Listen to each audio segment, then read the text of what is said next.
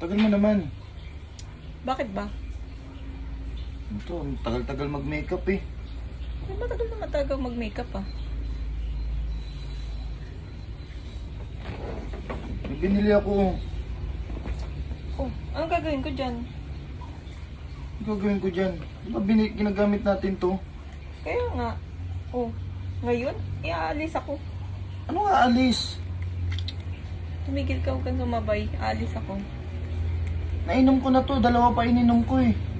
Wala ka. Hindi ka naman nagsabi sa akin eh. Titing yan.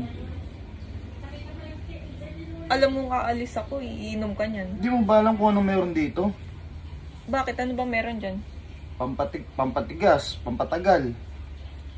Oh, Oh, ilang oras na nakatigas to tapos di mo ako pagbibigyan. hindi ka naman nagsabi. Alam mo aalis ako eh. Sabi mo maliligo ka lang. Oo. Oh, Siyempre, aalis ako, kaya maliligo. maliligo ka lang? Tapos aalis ka pala? Oo. Sayang naman.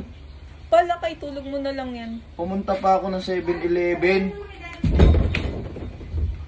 Pumunta pa ako ng 7-Eleven tapos anak ng teting naman yan. Oh. Anong gagawin ko rito? Bala ka, matulog ka na lang. Itutulog ko lang to. Oo. Ano ba naman yan? 2 tablet ang ininom ko tapos itutulog ko lang. Oo, may lakad nga ako. Itulog mo na lang. Sabi mo maliligo ka tapos aalis ka pala. Oo. Dahil na. Eh!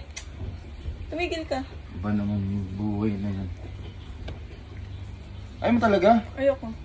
Ay, mag-CR na lang ako. Bahala ka dyan sa buhay mo. Pumunta ka na doon. Sayang naman to. Astig pa naman to. Gawa ng ATC to. Oh.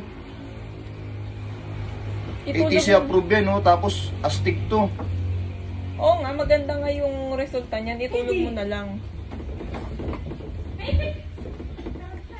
Nakakaasar naman to. Approve na approve pa naman to ng DFA.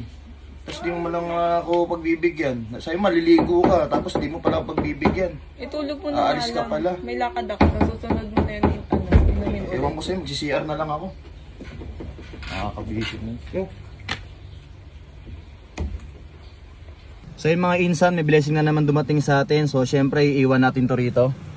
Yan, dyan natin iiwan sa gilid dyan. So syempre, paunahan na lang. Napakaswerte na lang ng makakuha nito. Kung sino makakuha at unang makapunta rito sa kanya na. So paunahan na lang guys, tignan nyo na lang kung saan ko to ilalagay ha. Paunahan na lang guys.